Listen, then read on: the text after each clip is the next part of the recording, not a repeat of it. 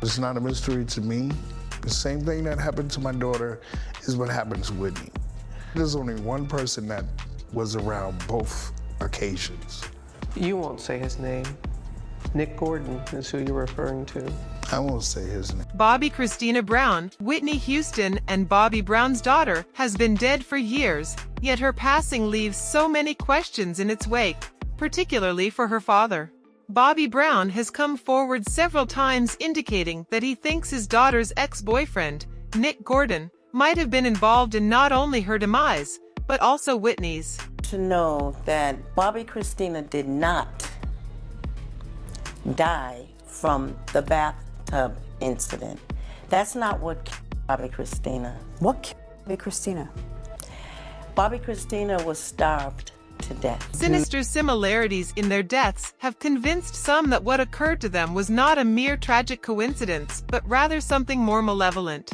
Rumors have been floating around for years that Kristina knew what actually happened to her mother. Some believe she had proof, while others think that how she died was not an accident, it was premeditated. Apparently, she was there for many of Whitney's battles, especially those with influential industry players such as Clive Davis. The question is, what did Kristina actually know about her mother's death, and might that have made her a target? Kristina's life was anything but normal. Raised in the spotlight, she spent much of her childhood being accompanied by her mother. From the age of 8 months, she was interviewed, such as by Barbara Walters. At the age of 1, she stood on stage at the 1994 American Music Awards as her mother accepted an award. As she aged, she became an even greater part of Whitney's life, frequently attending events and interviews. When Whitney Houston passed away in 2012, Kristina was heartbroken. She was so upset that she had to be hospitalized due to a breakdown. Losing her mother put her into a spiral, but she attempted to show a brave face. In the days following Whitney's death, Kristina attended the funeral and memorial services, determined to honor her mother's legacy.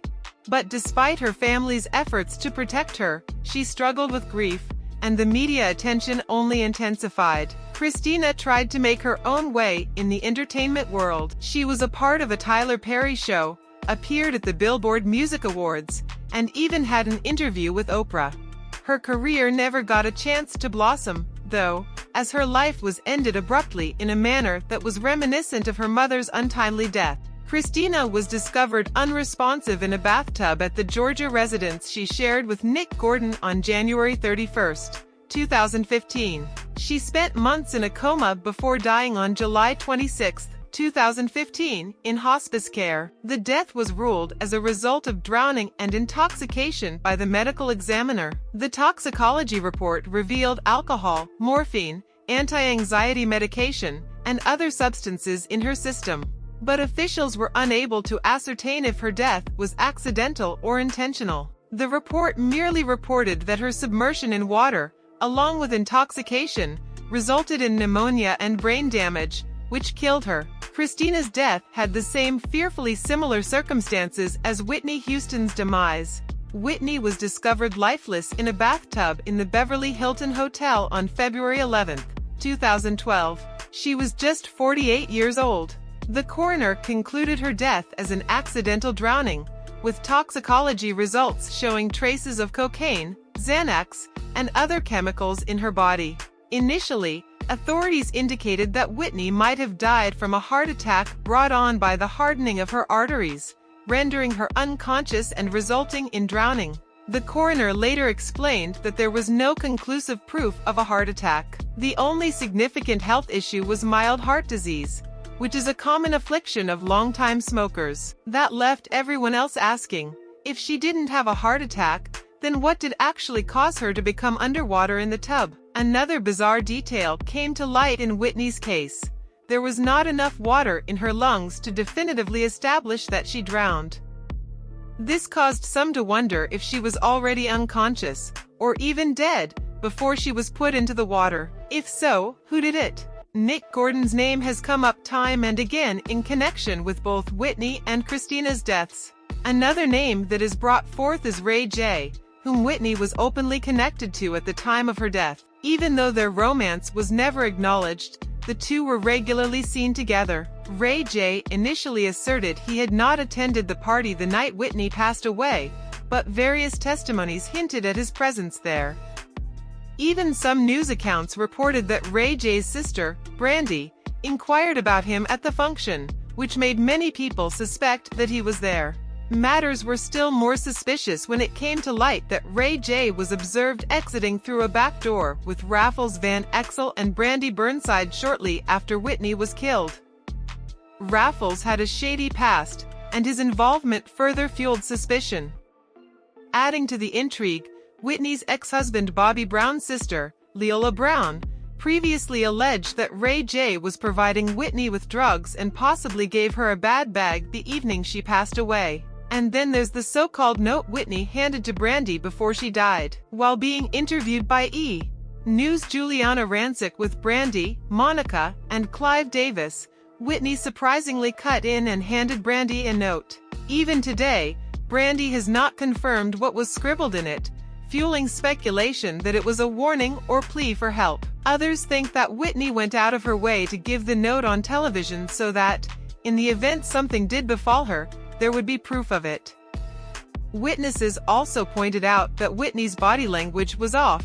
She appeared nervous and even stated that she had nearly drowned hours before. That Brandy won't say anything about the note has caused most to speculate that it had something in it that was too incriminating to share. Her silence about it has only contributed to the enigma surrounding Whitney's death, and as for Kristina, most people feel that she did know what went down with her mom.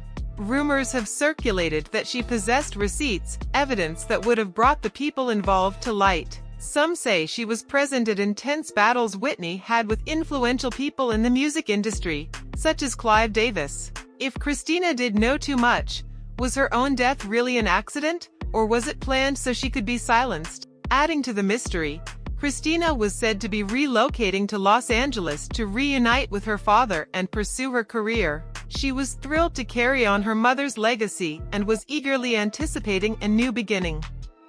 But Nick Gordon was said not to have wanted her to go. He understood that if she moved away from him, she would be out of his control and out of the financial advantages that came with being with him.